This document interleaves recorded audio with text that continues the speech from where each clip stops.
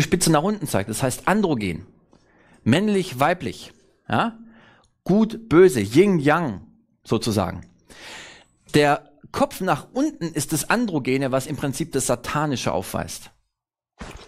Jetzt werden Sie denken, oh, jetzt redet er wieder. Ich werde noch nachher drauf kommen.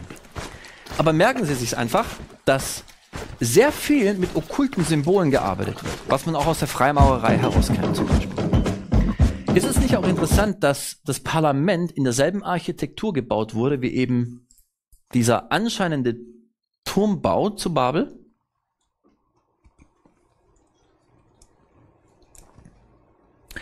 Jetzt dennoch, wie schafft man es, global gespannt alle Menschen in diese eine Richtung zu bekommen? Dass sie sich mit einreihen, zu sagen, eine Welt, verschiedene Sprachen, aber einen gemeinsamen Menschheitstraum zu haben, dass jeder da zustimmt. Wie ist das möglich? Geht doch gar nicht. Die Menschen müssen sich doch entscheiden, oder? Das zu wollen. Nun, das Beste ist natürlich durch Medien, aber das allein reicht nicht aus. Um zu manipulieren, muss ich wirklich in das Gehirn des Menschen hineinkommen. Und wie das funktioniert, zeige ich Ihnen jetzt mal.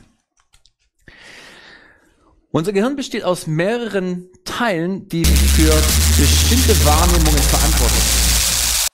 Der wichtigste Bereich des Gehirns ist der sogenannte Frontal Lobe, der Frontallappen. Warum?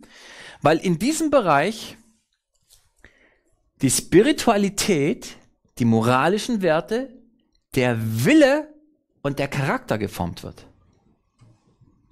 Ich versuche es Ihnen jetzt mal so zu erklären.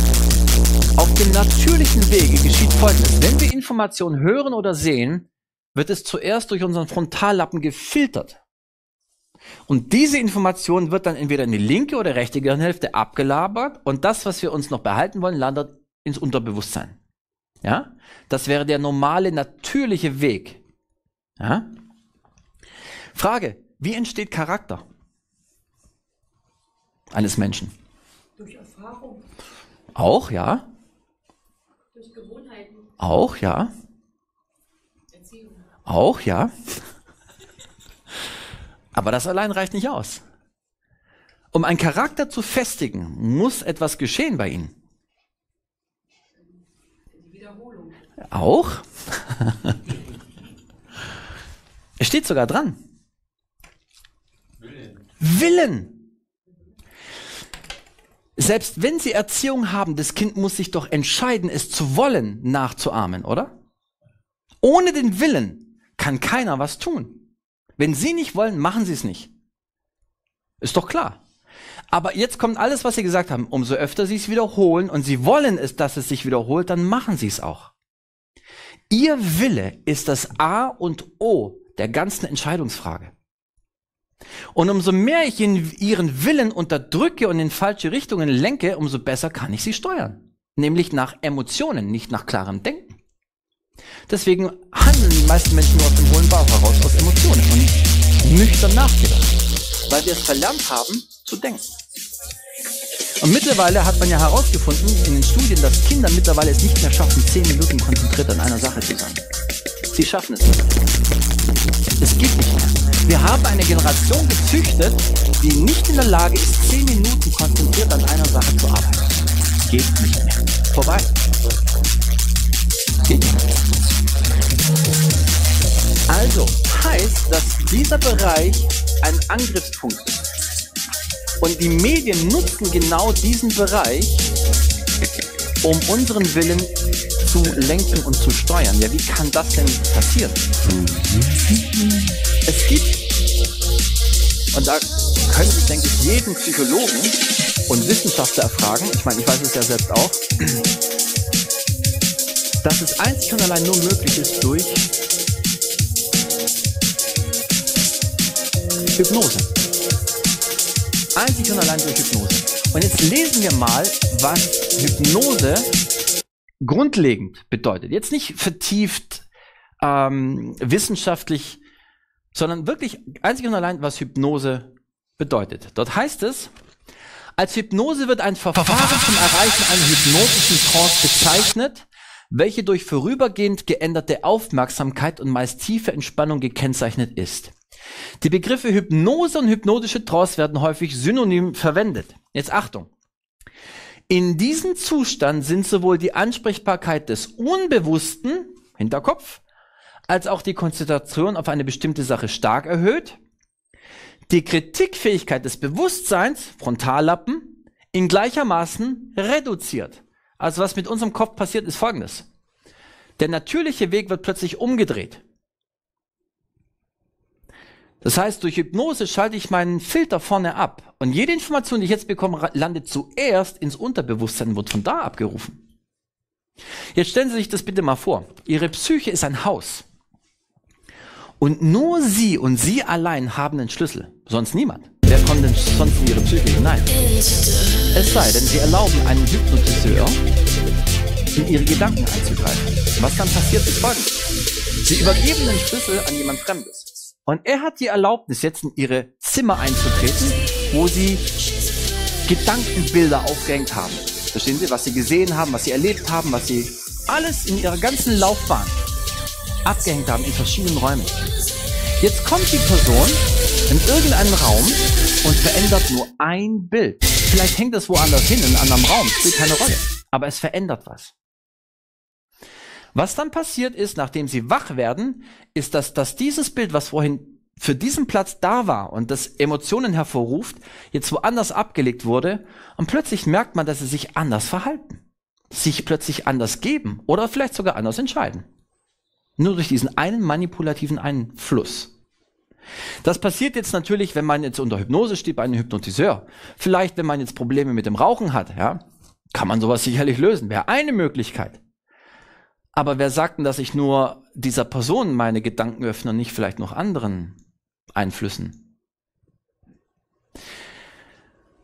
Dann heißt es, dadurch können bestimmte Phänomene verstärkt oder überhaupt erst wahrgenommen werden, wie beispielsweise, Achtung, Änderungen des Bewusstseins und des Gedächtnisses, Kontrolle des vegetativen Nervensystems, vermehrte Empfänglichkeit für Suggestionen, sowie für normales Bewusstsein ungewöhnliche Reaktionen und Vorstellungen. Die Definition ist nur vage, da die physiologischen Vorgänge noch immer erforscht werden. Also selbst nach so vielen Jahren Freud werden die physiologischen Vorgänge noch immer erforscht. Der Zustand der Hypnose ähnelt natürlich spontan auftretenden Zuständen, die man vor allem beim Einschlafen und Aufwachen sowie bei Tagträumen, konzentriertem Lesen eines Buches oder Schauen eines Filmes erleben kann. Die Wahrnehmung ist eingeengt und die Konzentration des Bewusstseins auf eine bestimmte Sache gerichtet. Das Buch, der Film oder aber auch die Worte des Hypnotiseurs.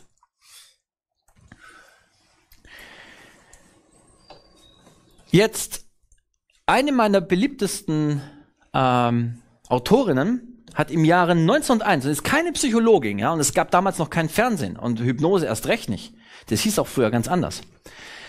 Schrieb sie, jetzt bitte Achtung, 1901 war das, über Hypnose. Eine gefährliche Methode. Ich habe deutlich gesagt, was ich von dieser gefährlichen Methode halte, die lehrt, dass ein Mensch einen anderen geistig unter seine Kontrolle bringen soll. Kein Mensch darf mit dieser Methode, in der ein Mensch einen anderen seinen Willen unterwirft, experimentieren. Eine Methode, die große Gefahren in sich birgt. Wir fordern euch nicht auf, euren Willen dem Willen eines anderen Menschen zu unterwerfen. Diese Seelenheilungsmethode, so hieß es früher, Hypnose, ist die schlimmste Methode, die es gibt. Jeder schlechte Mensch kann sie einsetzen und seine eigenen üblen Gedanken aus. There were like 4,800 sealed indictments in federal court, which means if you know your US legal system, just how far along in the process. Right. And this was the updated number a month ago. I mean, this is 4,000 a month ago was the last count we had. Yeah, I think there was a count recently too, but I haven't seen yet. Since we've been in here, Trump posted number 2 in his tweet. Oh. Hashtag and then the number 2. So has been. No, wait. He posted. Oh, shh. Oh, I see that number there. 2? No way. That's McCabe right there. Number 2 is McCabe. How do you know that? Actually, that's a reference to him. Yeah, so you know, the connection between the connection between Q's drops and Trump's tweets is very close, and obviously we get a lot of confirmation by watching the president's Twitter. Q has spoken about number 2, you know, #2, the #2, and this is a clear reference to McCabe. I wonder if he's isn't being flown out right now to his new quarters. Right. And if you're just now getting into QAnon, basically Trump has verified QAnon through his public Twitter, and that's how we know QAnon is real, among other things. I mean, basically everything QAnon is saying has been happening. Definitely. So that's interesting. Obviously some sort of signal for McCabe. I put McCabe on the list because he's stepping down from the FBI. Excuse me. And yeah, that was. Can y'all go into the side by side and the who is number 2 no deals that Q said on I think it was the 23rd. Just a quick one on that, guys. Trump actually copied the text that some anon was saying on 8chan on the live discussion and put it in his Twitter, and then Trump tweeted, and then the anon said, "Holy shit! I just said that. Is the president watching what we post?" And then Q replied, and he linked to both the posts, which was obviously yes. It was this tweet here. This is word for word what Anon was saying on 8chan. And then Trump tweets it afterwards. That's basically, I reported on it as QAnon was confirmed by the president, which is pretty much true. I mean, Trump is sitting on 8chan reading Anons. I mean, that's unbelievable, people. And posting up and copy-pasted the same post. Copy-pasted the same post to his official Twitter. Yeah, pretty much. Unbelievable. I don't think it was quite exactly the same, but I think he used the same number of question marks and phony Hillary Clinton, like that. Yeah. James Comey, Andrew McCabe, Clinton puppets. Crazy. Yep. So we have that. I'll just keep going through the CEOs. Panera CEO stepping down. Equifax CEO stepping down. American Express CEO steps down. Samsung CEO steps down. Hewlett Packard CEO steps down. Chevron CEO steps down. Kellogg CEO steps down. Google CEO, I already covered that. He's probably one of the biggest heads. Tony Podesta steps down from the Podesta Group. The Pandora CEO steps down. Uber CEO steps down. SoFi CEO steps down, which is an investment firm out of Silicon Valley. 500 Startup CEO steps down. Bose CEO steps down. Kohl's CEO steps down. Designer Alexander Wang steps down. Anthem Health Insurance CEO steps down. Madison Square Garden CEO steps down. Ancestry CEO steps down. Disney CEO announces he's stepping down in 2019. Norvetis Drug Co. CEO steps down. Jack Latvala resigns from the Florida Senate. San Francisco federal judge resigns. The GE CEO steps down. Cisco CEO steps down.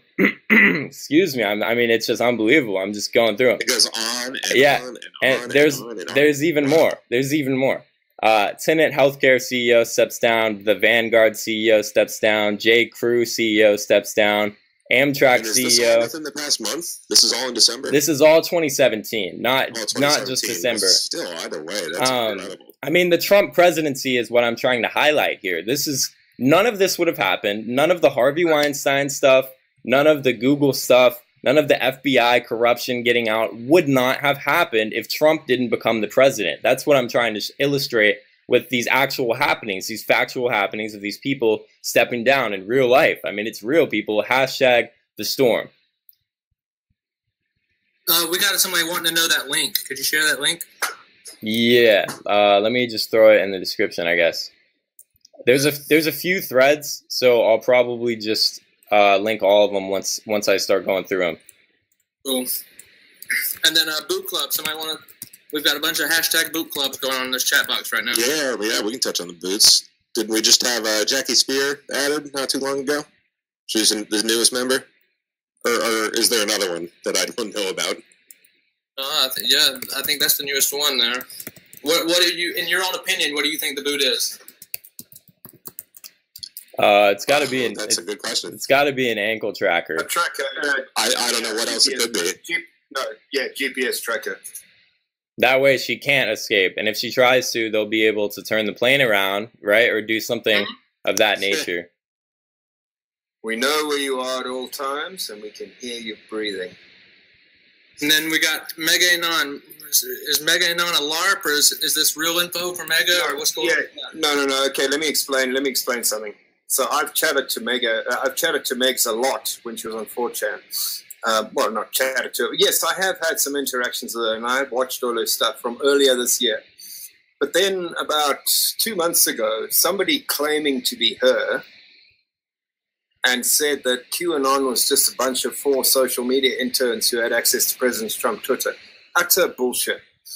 That for a start, I ran a forensic text analysis on the language of that post and Megalon's previous post, and it wasn't the same person. Yeah, you can cut and paste y'all into it, but no, not the same person. Real Mega is real, but there have been a few people pretending to be her and peddling disinformation. So just be careful. Gotcha. Yeah. Wow. Who else had a boot on? John McCain, Hillary, Bill is hiding under his trousers. Yeah. The lady. We just said. Sorry, who was it? My mind's gone blank. Jackie Spear. Come on, man. You just It's talked the about newest. Jackie Spears. Yeah. And where's the boot? There's a boot club thread in the sub. Are we there? There's a whole list of them. Yeah, I'll see if I can find that. Yeah, try to link me to that thread. That way I can show a more Jackie accurate Spire, that's the name. depiction. Yeah. Then we got a question. Anyone from the Bilderberg group? Yeah, I would say a lot of these names are part of the Bilderberg group that have stepped down, if that's what you're referring to there, Vastu. So I'm just going to keep going. Amtrak CEO steps down. Bentley CEO to step down. PetSmart CEO stepping down. United Health CEO stepping down. Etsy CEO steps down. The NYPD chief retires. The Texas Gulf Coast Red Cross CEO steps down. So he was the guy dealing with, he was the guy dealing with Hurricane Harvey. The Energy CEO steps down. AT&T CEO resigns from the Boeing board. Boeing is a government contractor, so keep that in mind. PepsiCo CEO resigns. We have any more on this one? Renaissance Technology CEO resigns. So that's just one thread. That's just one thread I have so far. Find the other one. All right, I got the boot club thread here for you. Can you link it in Discord? Yep, there you go. Okay.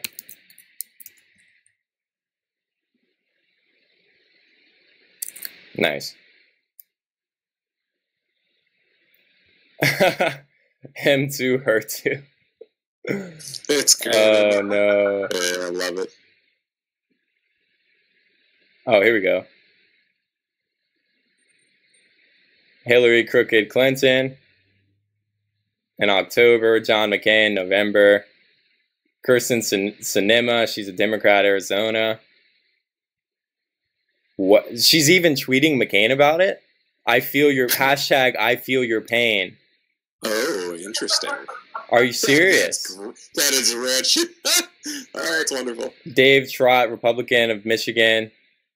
Jackie Walorski, Republican from Indiana, with the boot on here.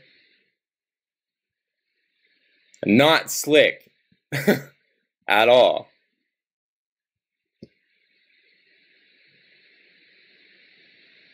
Yeah, no kidding.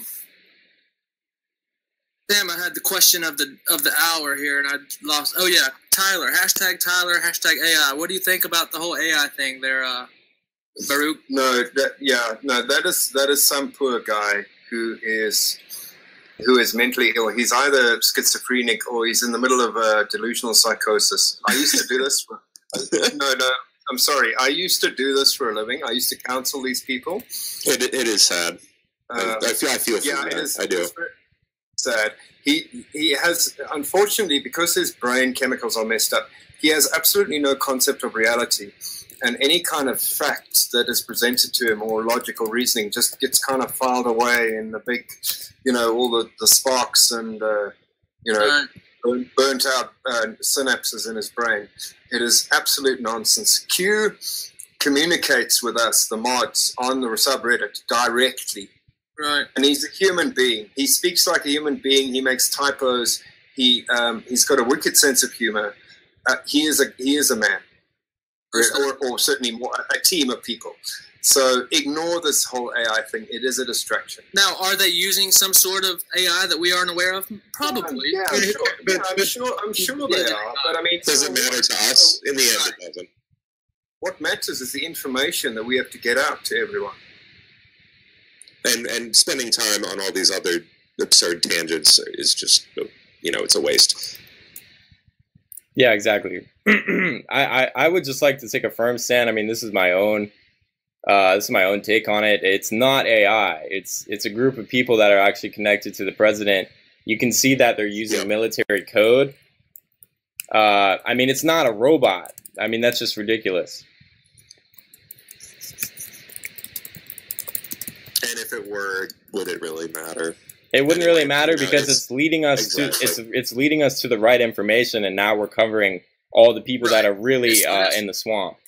It's literally led us to be able to create to be involved in a second revolution. I mean, so it's led us to the right place in truth and love. I think that's all that matters. I mean, drain the swamp used to be kind of an empty statement where it's like, okay, yeah, we're gonna go after these Illuminati people. Now we have names, okay? I mean, now we have names. We have the paper trails. We have the foundations, the Zuckerbergs, the Musks, the McCabe's, the Strzoks, the Lisa Page, Fusion GPS, the Clintons paying for it, the Obamas.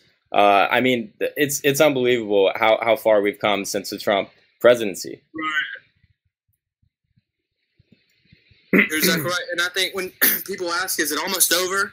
Or is it, are we done yet? Can we stop? I think this is going to go all the way into a second term. I really do. I think we're just getting started. I think this is the research stage and the investigation stage. And after that, it's the capture stage, People don't realize the scope. What did Steve Bannon say? Oh, right. I'll run through that. I'm pretty sure it was Steve Bannon that spoke about this. Trump's first year is referred to by him and the rest of the campaign team, or the White House staff, as the first year being trying to salvage the year of salvage, trying to salvage all of the the mess that was left by the Obama administration and the Bush administration before that, and trying to pick up what they can and piece together what they can, what's worth salvaging. And then the following year is Savage, where they just totally rip in to their enemies and take care of all their detractors and all these the evil pieces of shit out there that we've been fighting this whole time. Exactly.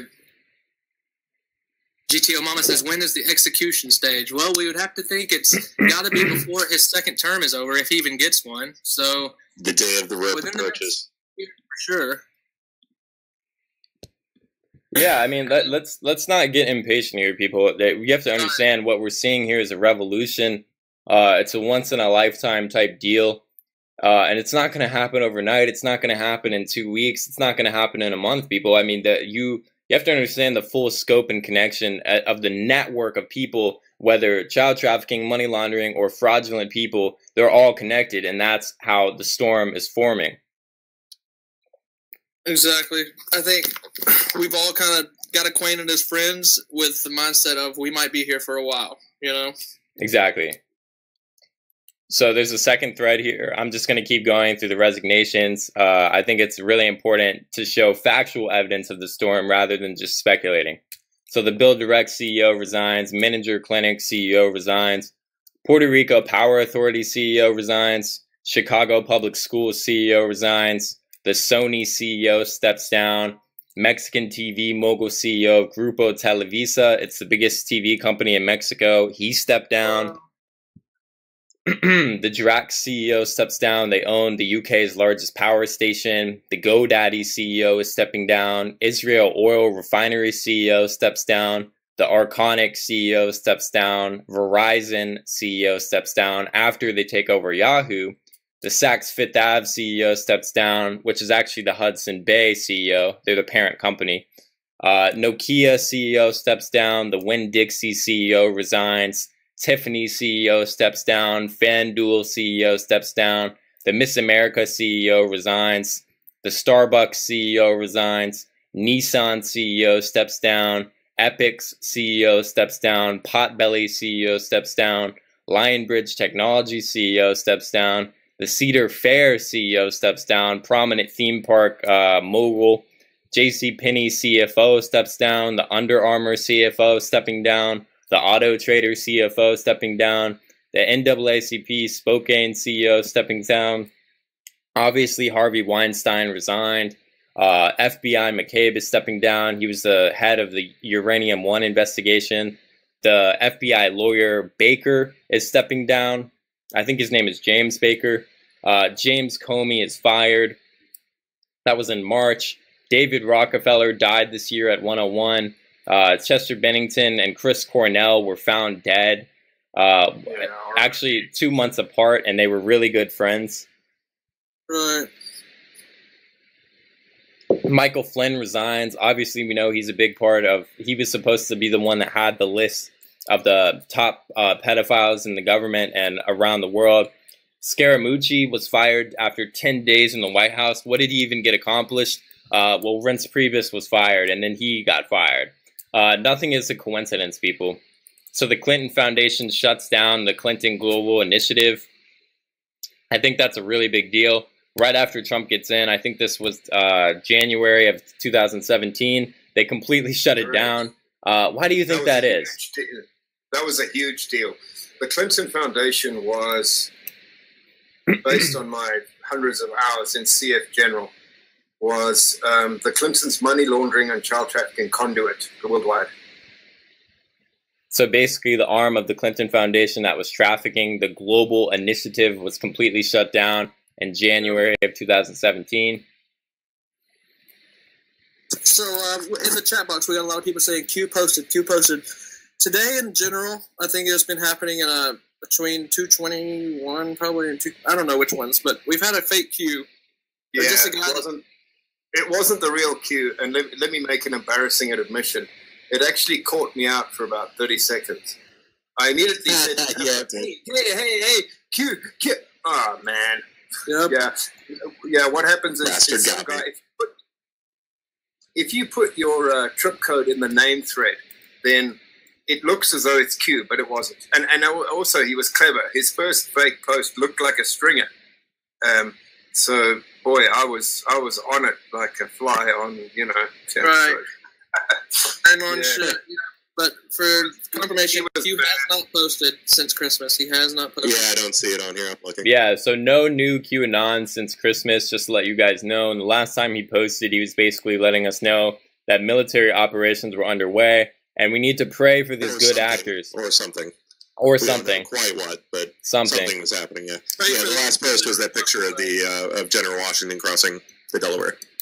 I think he was letting us know that an act of stealth was going on right now. Right, because what was the crossing of the Delaware? If you think about it, yeah. So the Delaware picture was the act of stealth was happening right now, and tomorrow would be the battle. I'll tell you what, guys, my internet is really bogged down right now, and I have really good connection as well. It's just interesting. It's the clowns, man. They need to be rounded up completely, but there's still a few of them out there. Attacking my DDoS, like, seriously. Yeah, well, that's what happened to me during the board split as well. I had a massive DDoS. Yeah, I was getting hit like crazy, wasn't it? It was bad.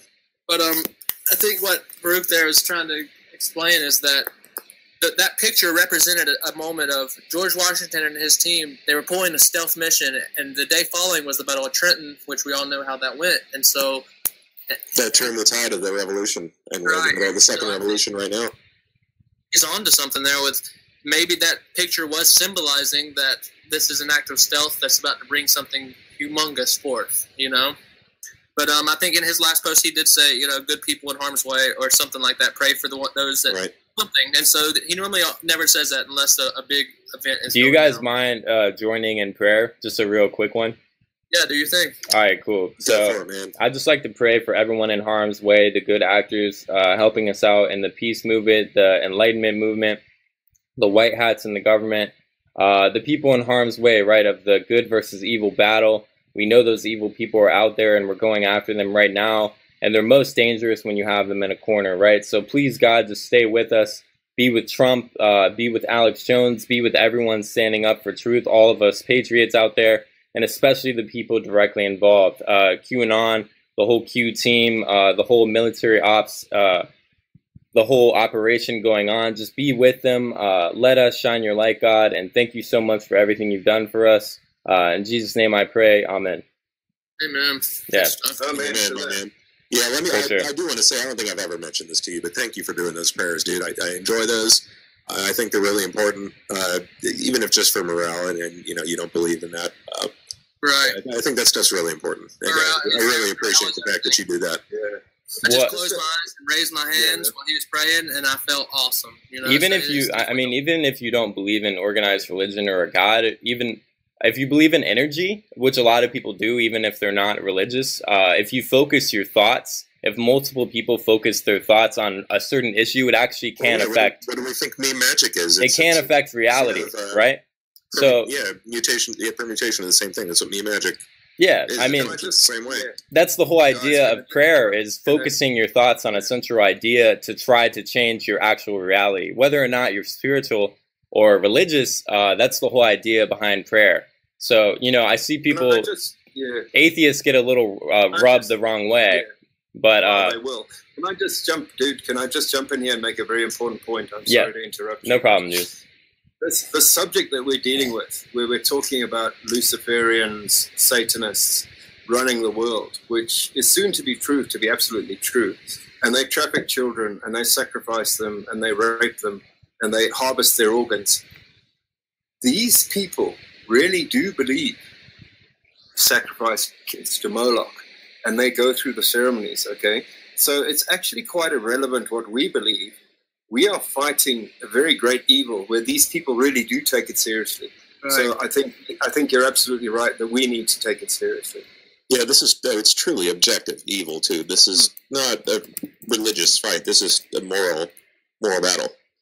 It's what I always like to put. I say for the children, for the country. You know, you don't even have to put God in it, and there's still a reason to be doing this. But my main objective is for love, light, and to get this evil out of our nation. Exactly. Even if you're not Christian, you know, I don't care if you're a Jew, if you're Muslim. It's really what I'm fighting for, and what the rest of us are fighting for is just peace and love and connection and one human spirit. You know, I hate to see people divided over petty little differences like that. I'm not trying to push my ideas on anyone. I'm just trying to be a positive light for the truth movement, really. Well, So this is the Bohemian Grove. I'm just showing it on the screen. There's an owl here. It's supposed to be the god called Moloch of child sacrifice. This is where the Illuminati will meet in secret and perform child sacrifices. It's real. Alex Jones exposed it. Yeah. He had Right. video. Anti-spool. Here in a minute, we'll kind of shut down the guys. They got to be somewhere else at 7:15, if you'll remember. Sure. Yeah, we got 5-10 minutes here. So if maybe we should answer some questions from people Yeah. from the live chat in the last 10 minutes or so. No problem. Yeah, anybody have any questions here you'd like us to answer? Yo, Q&A. Anybody in live chat? Q&A. Ask some questions if you guys have any questions. The Bakers will be here about 10 more minutes.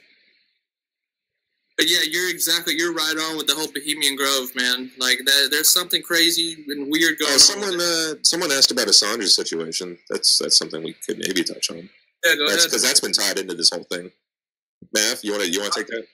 Yeah, I got a theory about Julian. So Yeah. I love it too. It's great. Go ahead and run through that. I was watching the whole WikiLeaks thing, starting from the murder of Seth Rich, FBI Anon, the leaks, the DNC leaks, the WikiLeaks thing, and then the threats to Julian. And then come October, it went crazy. There were lots of hints that he was going to be rendered by Obama and Hillary and the team. And then, the bad guys rock up at the embassy and they cut off his internet, and then he goes dark. You know, like he doesn't. It was all very confusing. We didn't know whether he was there or not. I strongly suspected he'd been kidnapped, because John Podesta arrived the day before, and he'd met with the mayor of London, who's like a complete scumbag, also a Muslim Brotherhood plant. And yeah, there was a gas attack at Heathrow. Yeah, it all.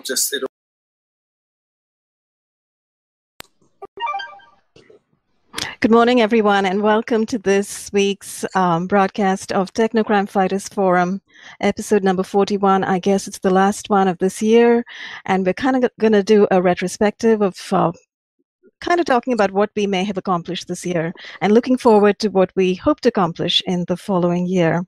I'm here this morning with Dr. Catherine Horton and with Karen Stewart, an NSA whistleblower. Hi, Karen. Hi, Catherine. Morning. Morning. So once again, for newcomers to this show, just to sort of give you a little spiel on what we're all about, we are here to expose to the public and speak openly, have a public conversation about surveillance abuse that is going on worldwide, about the use of electromagnetic weapons on civilian populations worldwide, and particularly in the US and Europe, but definitely worldwide, from judging from the reports we're getting from all corners of the globe. And we're also here to expose everything related to the non-consensual experimentation with neurotechnology on civilians, which is also going on worldwide. There are many, many reports, and everything associated with these issues, including the mass cover-up by law enforcement, by mainstream media, and through the weaponized use of psychiatry. These are the ways in which these absolute facts, these deadly realities, are being kept from populations. So we are here to have open conversations on these subjects. And on this note, I'll turn the floor over to whoever wants to jump in and perhaps start a kind of retrospective on what Technocrime Fighters Forum, how we started, our humble beginnings, and what we might have accomplished over time, and, how we can begin to conceive of ourselves as proceeding in the future. Feel free to jump in. Well, actually, our beginnings are very interesting, because the other day I was thinking, how on earth did we even start all this? And it just seemed to just have happened by itself somehow. Completely. Yeah, and as I was thinking back, I think it. Oh, by the way, I think I get echo. I'm not sure. I think it's it's Intel sabotage background amplification time. I think the very beginning was. See, you guys have to help me here, but I mean, this entire show was started by Dr. Paul Marco, an organizational psychologist with 28 years experience, and his partner Mindy Erkin. And I remember, I have to go back, but I remember that I was invited for an interview with Paul Marco, and we were talking about deep capture and pyramid organizations, and I really liked what he had to say about the dangers of pyramid organizations and how autonomous self-organizing groups can actually beat a pyramid organization any day. And then I think he first interviewed me, then I interviewed him, and we started this topic. And at some point he said to me, well, really, we should be talking about this and the problems and solutions, as often as we can. And that's what I remember. But it's, but how on earth did it come to Technocrime Fighters Forum? I don't remember.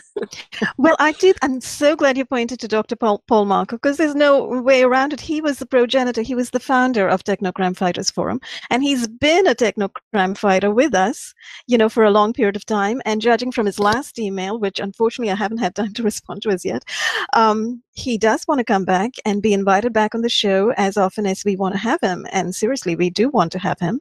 And as a matter of course, every Thursday I send the invites to his email box, just as much as to yours, so he can pop in at any time, and we invite him, even today, if he hears us and sees us today, to just pop in, because he's very much a part of our show and our panel as far as I can see, right?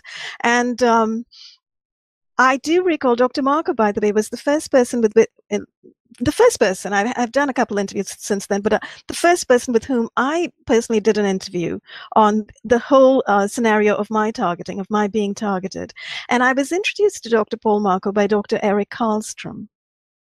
with whom I had been in touch earlier, because he had sort of come into prominence by doing a lot of talk shows and talking openly about organized stalking, surveillance abuse, and electromagnetic weapon use on civilians. And I had contacted him, you see, because I instinctively felt that Dr. Karlstrom was a great ally and somebody that I should work with, because he was a public speaker, and an extraordinarily important public speaker at that.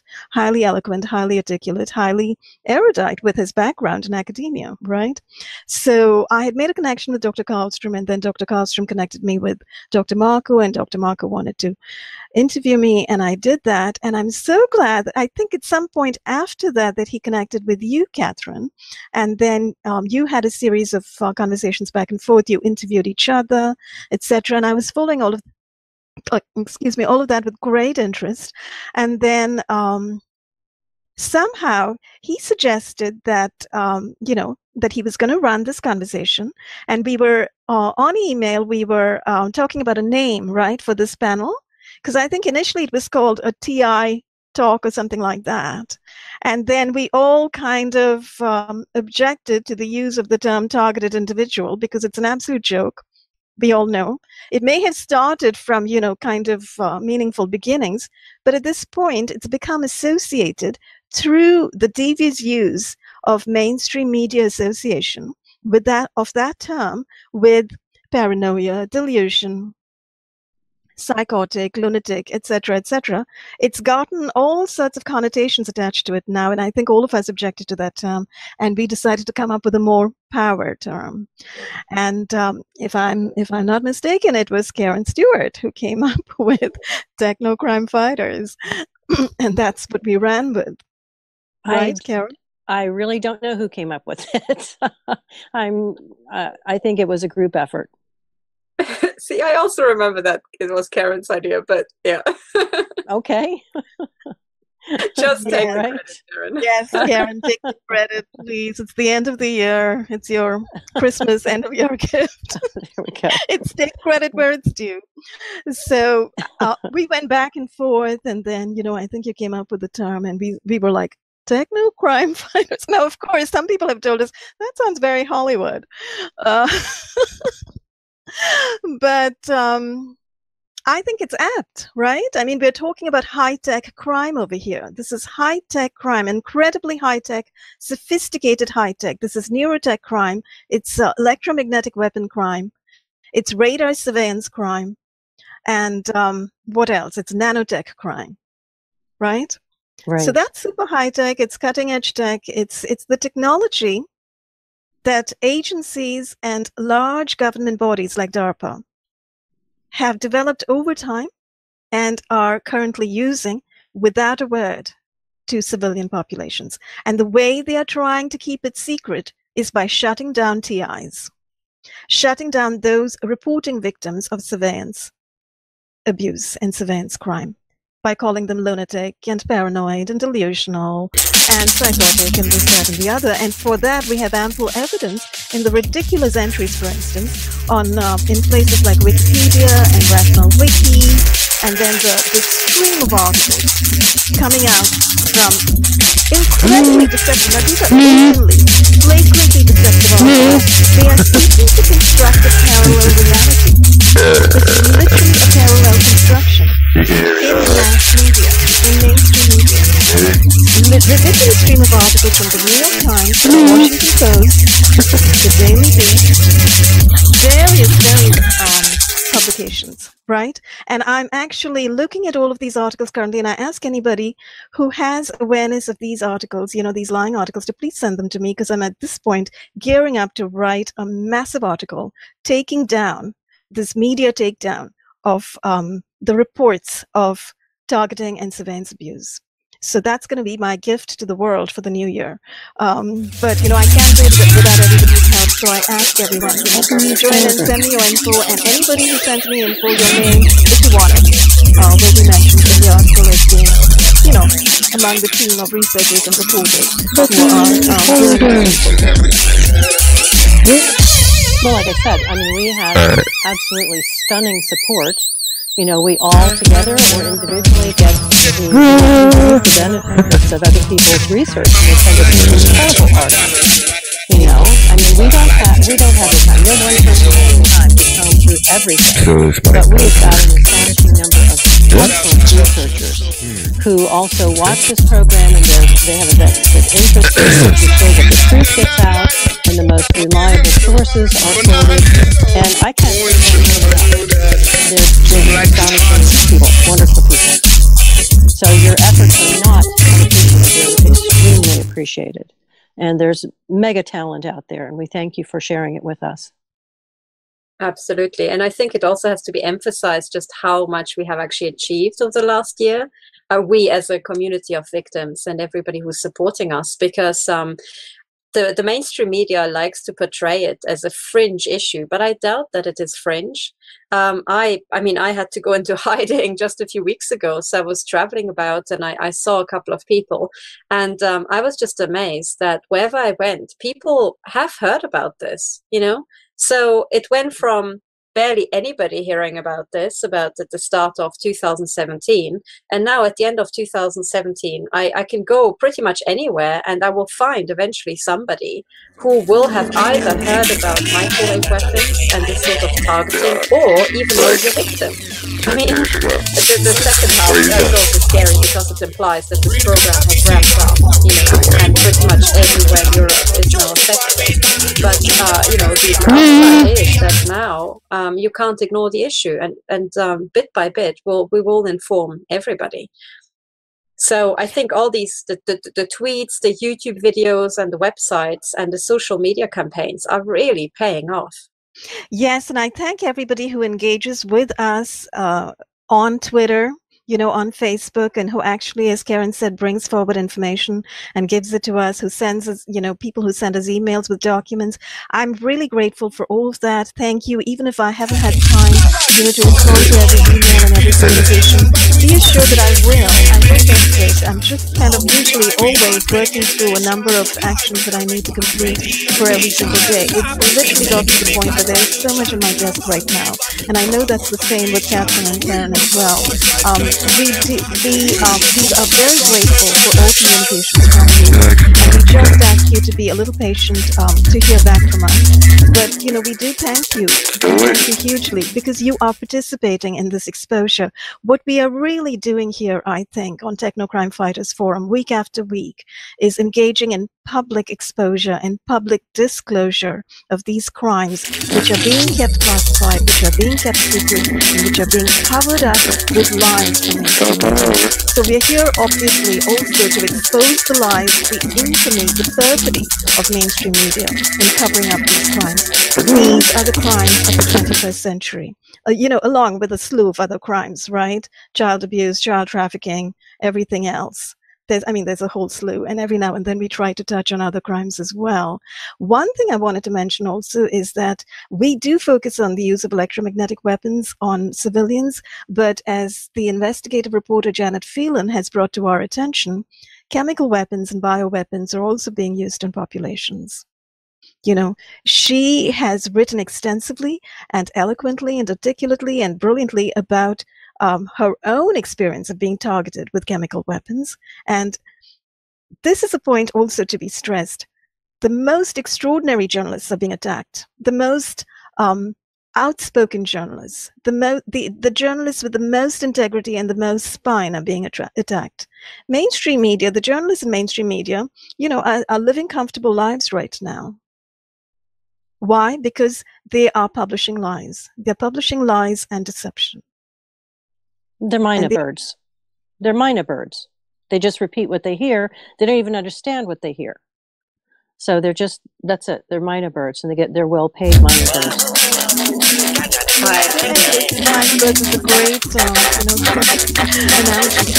It's a wonderful and elegant way of putting it, but it's also, I think, almost too kind on these people, because I think we already have, and we will gather more and more evidence that these people are not just, innocently repeating what they don't understand and what they hear.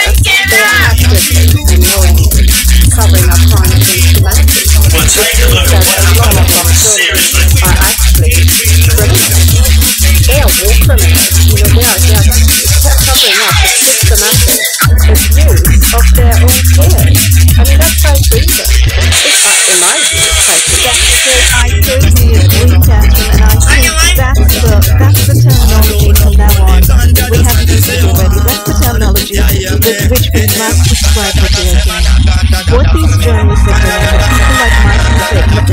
of the New York Times, and I forget all their names, there's like hundreds of them, right, with their silly articles to the line. And the editor of the New York Times, who submitted that article to Michael Tate to be published, and who actually, perhaps commissioned it, and perhaps rewrote it, and perhaps fine-tuned it in order to publish it, that editor, whose name I don't know as yet, but I'll find it as soon as I look it up, that editor has to be named and sent it in the public, you know, to the world. Because that editor and that is, with that writer, is committing a war crime. It's a crime against humanity. Exactly. I don't call them. I Minister Collins totally right. That was my comment. It's the same thing.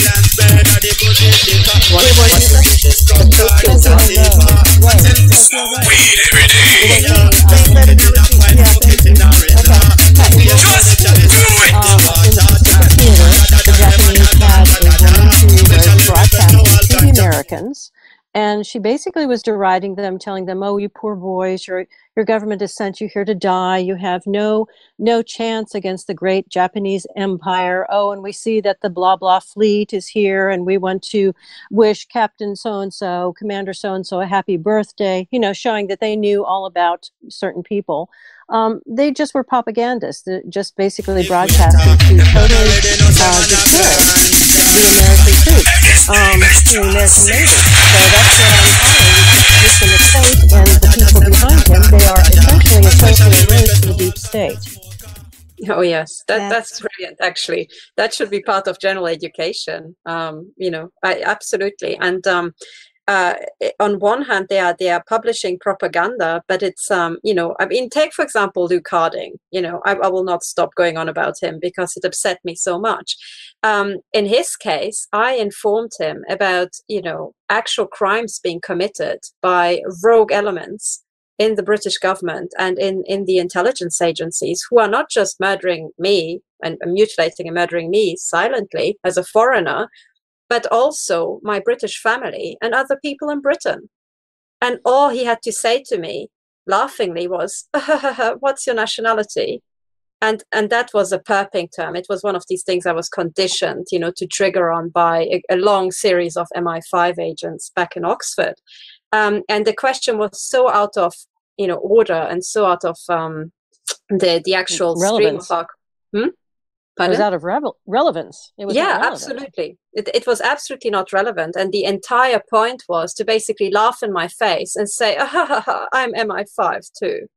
Or I'm MI6. I mean, what's the difference? You know, and huh? Is MI5 too? Was he suggesting you were MI5? No, I mean, he's MI5. I was complaining about crimes committed by British intelligence against British people. And then he just uses, you know, something that was used to harass me with in Oxford back in 2012. It basically suggests that. Yeah, suggested he was, first of all, he was already informed I'm going to call him because I talked about it on the phone and he was part of it as well. And, you know, should there be any doubt, Luke Harding has published a book called The Mafia State about his time in Moscow?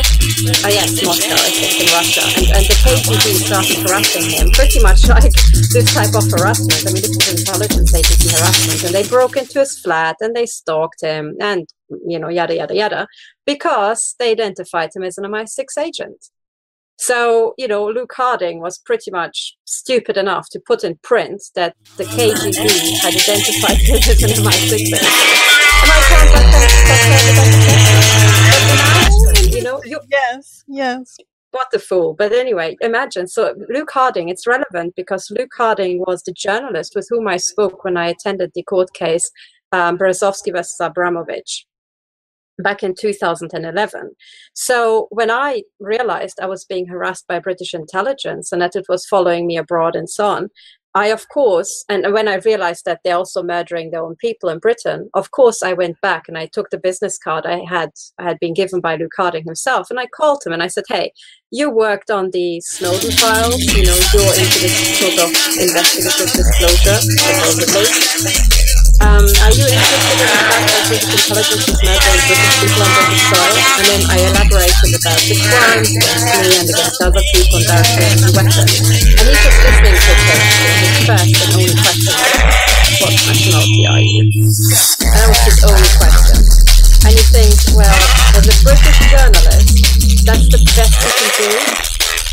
You know, and then I even said to him, okay, I mean, on paper, I'm a German national, you know, of Hungarian origin, but that's not the point. I'm telling you that British people are being murdered. Do you care about that? And he had nothing to say. He just couldn't give a damn. So what do you do with a journalist like that? I mean, what is he? Is he just, you know, a journalist having a laugh against a stupid little woman?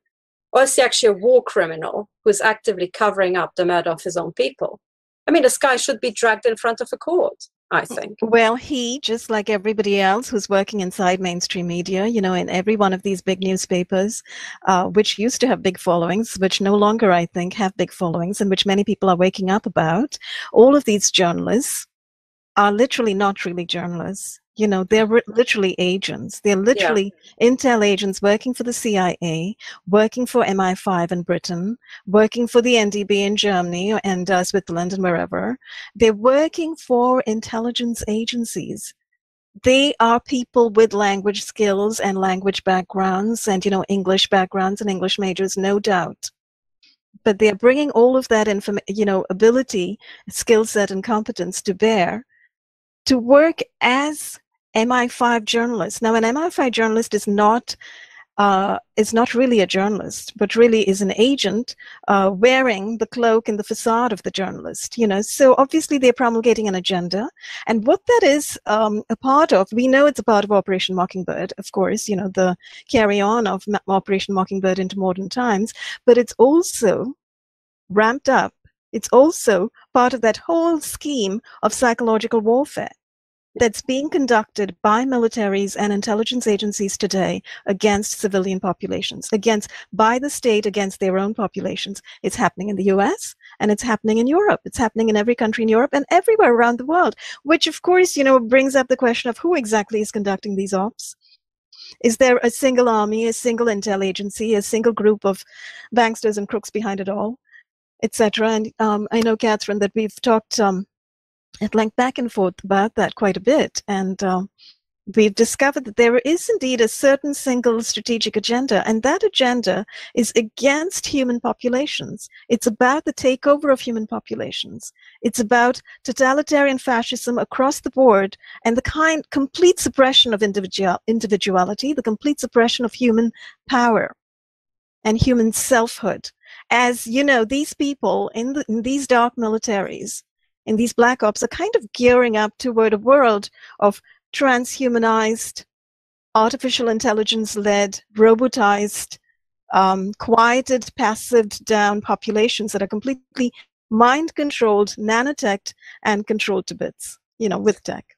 Absolutely. And I think for all these people, they have to wake up and realize that as soon as you have, you know, a British person turning against the British population, you know, that is already a form of treason. But when you have a journalist or a newspaper editor covering up the silent genocide of his own people, that is high treason.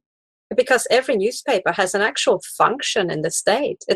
You know, I mean, that's why we should put much more care into who our journalists are and what exactly goes into print. And we should, you know, I think the time, to be honest, has now passed to go absolutely, you know, ape at these people and start complaining and writing letters to the editor, because the newspapers, as far as I can make out, are mostly just lies. But they're utterly degenerate. But we have to go back and I think we all have to wake up and relearn what our state institutions are actually for. You know, we have to remember what these concepts of high treason actually stood for, because we seem to all have forgotten it. So right now we have a situation whereby the newspapers are covering up the genocide committed by our own militaries against our own people, and authorized by the you know, by Parliament or by Congress, and then also covered up by judges. So we have this interlocking system of actual criminals, of traitors, who have infested our systems. And we have to go back and remember that there's actually, this is not a new idea. So a conspiracy or deep capture is nothing new. And there are laws on the books against this. In fact, it is for precisely this reason that deep capture is so incredibly pernicious that high treason comes with a death penalty in most places. You know, that's a good thing. It is a good thing. And I don't like killing people, but you have to have the death penalty for people who are turning against their own. At the highest level, because and it goes back to the fact that when you have deep capture of a large system and the entire top is infested by criminals, that system cannot recover itself. It cannot recover itself unless there's an external force from an even bigger system repairing it, or there's some sort of internal mutiny, which typically is not that pleasant, but it can't recover itself by, you know, normal means. So this is why if you have anybody in the higher levels turning against their own people, you have to execute them to really set a sign to all other psychopaths who might be trying the same, because psychopaths sadly don't respond to anything. They don't have principles, they don't recognize rules, and they are pathological liars. They love to deceive, and the only thing they respond to is getting their head chopped off, you know, or seeing something like that done to somebody else. I do not advocate violence. I do not advocate guillotines. Or I certainly don't advocate people going out and shooting people. But I do advocate, you know, a court coming to the conclusion, like in Nuremberg, that some people have to be put to death to make it absolutely clear that humanity is not going to stand for that, you know. Sadly, I think this is it. And I think this is also why the US has a death penalty, because we have to remember that the US consists of people who fled a tyrannical regime in deep capture in old Europe, you know? Well, you know, I should jump in right there and say, speaking on behalf of all those who are against the death penalty and its usage currently, that, you know, I can understand where you're coming from perfectly, Catherine, because what we are faced with here is such massive carnage on such a massive scale that bringing up the notion of the death penalty as a deterrent, you know, I can totally understand why people would do that, or how strongly people would feel about that. I personally, you know, I'm against the death penalty. I'm all for rehabilitation in prison. I'm happy to come to prison and get them creativity workshops. I should throw that in, but which they have stopped me from doing the last 3 years as I've been focusing on this issue instead. But I believe that people, you know, that we do not do tit for tat. We do not do to others what they do to us. You know, that's what I believe. I guess that's informed by, you know, spiritual practice and so forth. But you know, I speak for those people who say that, you know, we don't believe in the death penalty, but we do believe in deterrence, and we do believe in justice. You know, I'm not saying let these guys go off scot-free. I'm not saying, you know, forgive them and let them go off into the sunset with roses in their hands. Sorry, I don't think so. You know, you guys have engaged in carnage, and, you know, you are literally torturing people. I know, because I hear the stories from people. I've seen the photographs of people's bodies being burned by these weapons. You know, it's just as bad as those photographs of children's bodies burned with these deadly weapons in Iraq that came out of the Iraq War, right? That we've all seen. It's just as bad as that. I've seen the pictures. I've personally been burned by millimeter wave weapons. And I know other people in this panel who've also been burned. So I'm not going to say I forgive you. What I am going to say is this is unacceptable. This is unacceptable in any normal society, and you guys should be jailed, you know? And I like to always say, yeah, I'd like to see cockroaches nibbling your toes, but, you know, that's sort of kind of, you know, obviously I'm being, you know, that I say that in jest. I really mean justice has to be brought to bear here. You know, we do need justice. We do need courts. We need just courts. Yeah. We need courts that actually work in our favor. And currently, it seems the courts are all, you know, also in deep capture, right? Oh, so, yeah. you know, just wanted to throw that out there. Oh, yeah. But you know, the other thing is also, when you say in the US, you are for justice, you have to remember the death penalty is still on the books.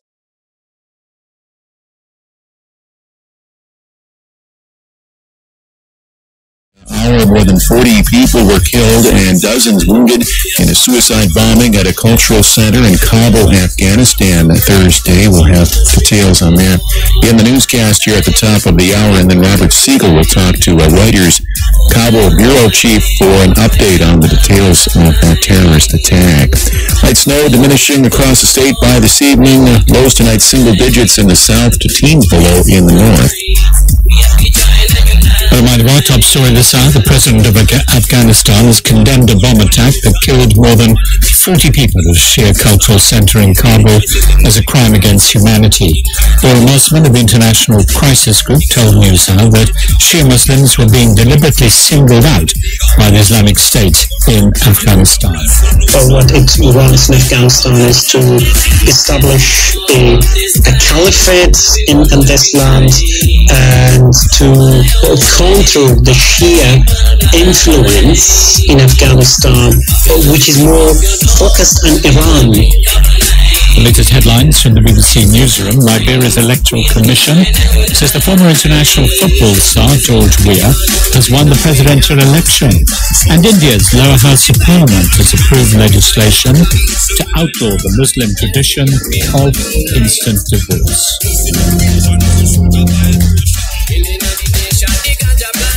You're listening to the BBC World Service.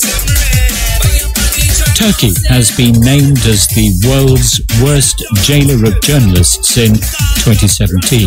China and Egypt were in second and third place in a list published this month by the International Committee for the Protection of Journalists.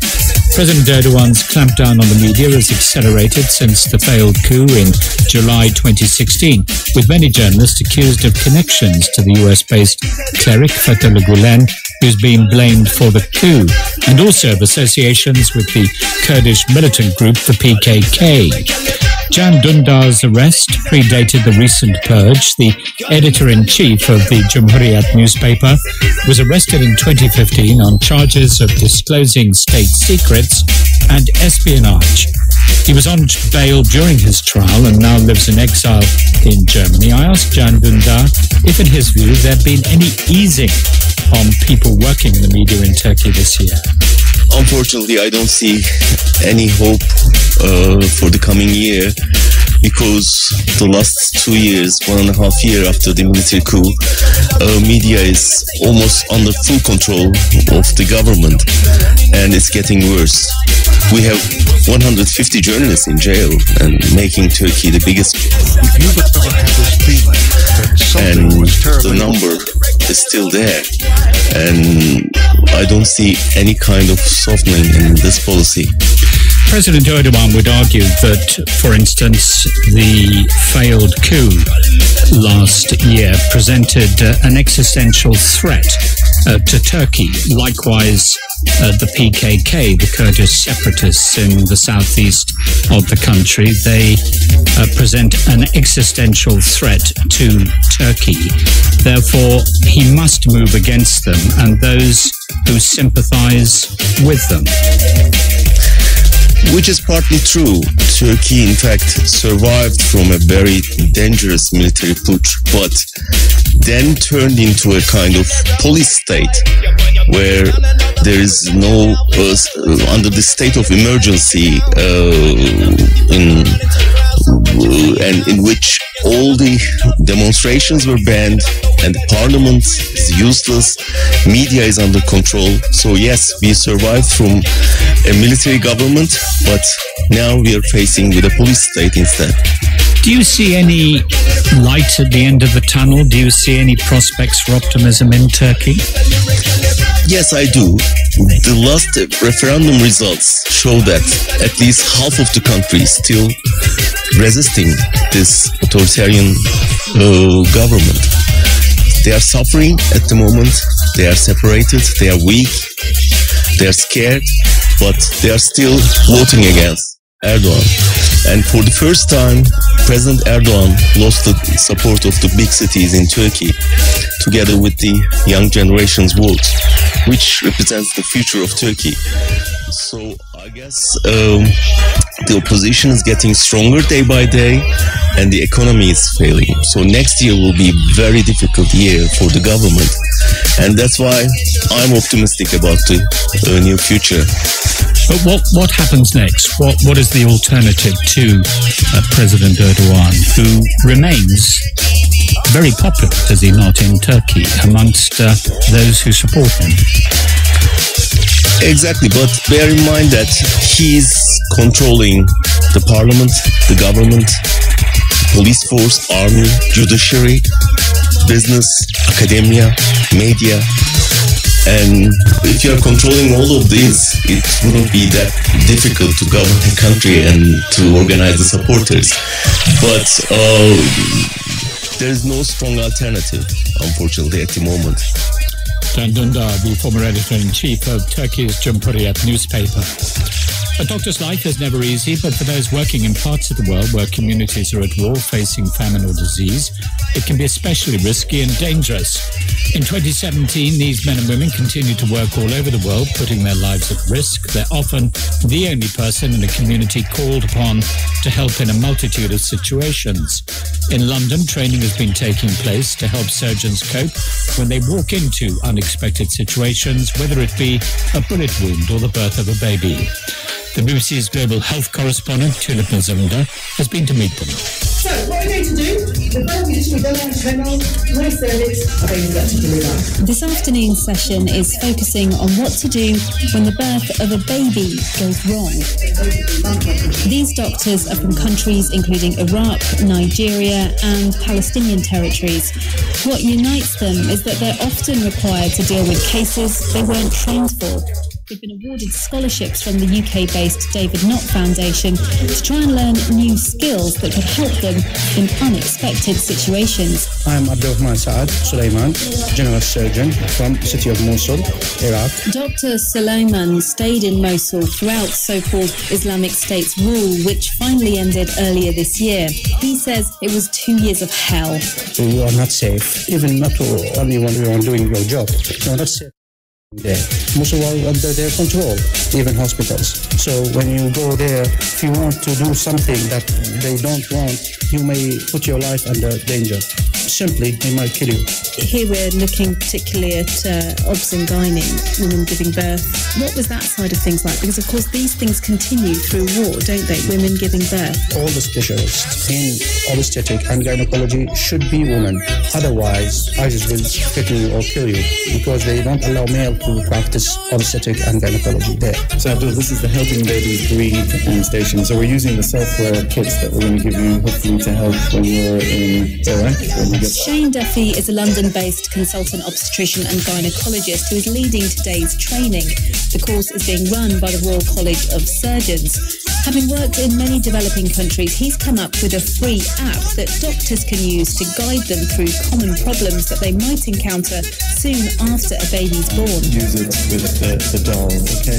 We also in this course have adapted what we do here in the West and use cheaper methods to be able to manage the surgical condition. So there's one station that we've got which is managing bleeding in pregnancy, and we're teaching people how to manage the bleeding by just a simple catheter and a condom put onto the catheter, which is only costing pence, whereas the equipment that we use here in the West costs nearly £200 for that bit of equipment. These surgeons are rare assets. Recent research suggests 5 billion people around the world have no access to safe surgery, and that more people die from conditions treatable with surgery than from HIV/AIDS, TB and malaria combined. Well, the course primarily is giving them the skills, and without the equipment, sometimes they have to say, I cannot make the impact that I want to, but they can also act as advocates to their local, regional and national governments to say, these are the bits of kit we need to make things happen. British obstetrician Shane Duffy ending that report by Tulip Mazumdar, and indeed this edition of NewsHour from me, Julian Marshall, and the rest of the team. Programming is supported by the Minneapolis Parks Foundation, reminding you that there's magic this holiday season and all year long in connecting with nature and your loved ones in a park. MPLSParksFoundation.org. There are just 4 days left in 2017, 4 days to make your year-end donation to NPR News. With the 2017 tax deadline approaching, it's the perfect time to make your contribution and keep NPR News strong in the new year and beyond. Go to nprnews.org/donate. It's just about 3 o'clock. All things considered on the way here on Minnesota Public Radio News 91.1 KNOW, Minneapolis, St. Paul. You can stream us at nprnews.org. Flurries and 9 degrees in the Twin Cities, a high of about 10 or so today. Those flurries diminishing and skies will be, becoming partly cloudy overnight down to around 5 or 6 looks like a guy's up on stage with his iPod plugged in, pretending to play on Friday, some vinyl discs. I don't even know what this is, to be honest with you. If this is people's idea of a good time, I mean, you might as well. I'd rather go get a root canal, to be honest with you. I'd rather maybe somebody goes and buys super glue and sticks my head to a tree for 24 hours than to be a part of this. But this is what they promote, right? And it's all in the name of love. That's how it makes, that's why they make it so difficult for people like It's All Things Considered from Minnesota Public Radio News with Ari Shapiro and Robert Siegel. I'm Matt Sepik in St. Paul. Also today, Hennepin County Attorney Mike Freeman said he will not have a decision by the end of the year on whether to charge a Minneapolis policeman in the fatal shooting of Justine Bruschek last July. Freeman says the investigation isn't finished. Also on climate cast, professional and private attacks on climate scientists. If you are a scientist, a climate scientist playing a prominent role in the larger conversation about climate change, you're going to find yourself subject to these sorts of attacks. All of that and more ahead after the news at 3:01. Live from NPR News in Washington, I'm Lori London. Democratic Senator-elect Doug Jones's upset victory in Alabama's special election earlier this month is now official. The results were certified today. Jones defeated Republican Roy Moore by about 22,000 votes to become the first Democrat elected to the Senate from Alabama in a quarter century. A judge rejected a last-minute legal attempt by Moore to delay the certification. Jones says his win marks a new chapter for his state and the nation. The Islamic State is claiming responsibility for an attack on a Shiite cultural center in Kabul, Afghanistan, that killed more than 40 people. NPR's Dia Hadid reports from Islamabad. In a statement, Islamic State said it dispatched a suicide bomber to the Tibian Center because it was one of the most prominent Shiite organizations in Afghanistan and because it spread Shiite values. The center also houses an Iranian-funded news agency, and at least one journalist was killed. But most of the victims appeared to be people who were in the center's basement for a morning discussion panel. Earlier, local media and residents said there were 2 attackers and multiple explosions. Local and US forces have conducted scores of airstrikes against ISIS in eastern Afghanistan since it emerged there 2 years ago. Now, the challenge appears to be quelling their destructive power in the capital. Dia Hadid, NPR News, Islamabad. Bitter cold temperatures are hitting much of the United States this week. It's extreme, even for places that are used to freezing temperatures. From member station WABE in Atlanta, this Neem Shama reports the National Weather Service is urging people to stay indoors. The National Weather Service is advising people in extremely cold areas to wear boots, mittens, hats, and face masks. They're also recommending at least 3 layers of clothing on top and 2 layers of pants before heading outside. The extremely cold weather is forecast to remain through the New Year's holiday weekend. A record. President Trump has been reducing the U.S. trade deficit and making it a priority, but Steve Beckner says so far that is not happening. With the U.S. economy growing faster than most of its trading partners, Americans are buying more from abroad than foreigners are buying from the U.S. As a result, the deficit on trade in goods widened by $1.6 billion in November to $69.7 billion, according to advanced estimates from the Census Bureau. Exports rose from October, but imports grew even faster. It's the biggest trade deficit this year and the largest since 2015. Despite White House efforts to narrow the trade gap, recently enacted tax cuts could have the opposite effect to the extent they boost Americans' purchasing power.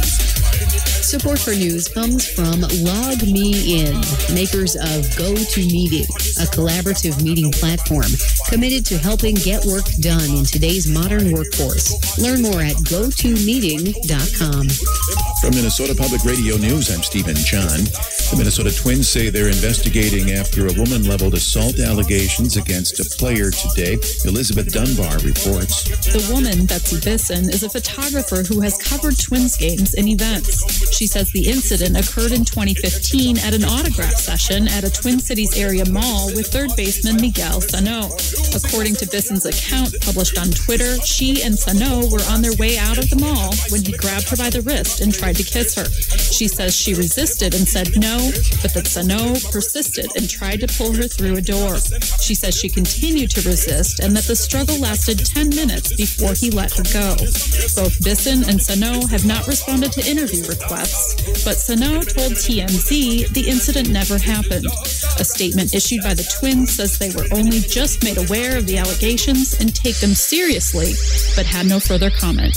Elizabeth Dunbar, Minnesota Public Radio News. Lieutenant Governor Tina Smith is resigning from the board overseeing the public-private partnership with Mayo Clinic before she heads to the U.S. Senate next week. Smith has chaired the Destination Medical Center Board since its creation in 2013. Former Minneapolis mayor and current board vice chair R.T. Ryback has been named interim chair. The youngest son of Virginia Senator Tim Kaine has been placed on probation in order to pay $236 in fines and fees in connection with his arrest following a rally for President Donald Trump at the Minnesota State Capitol. 25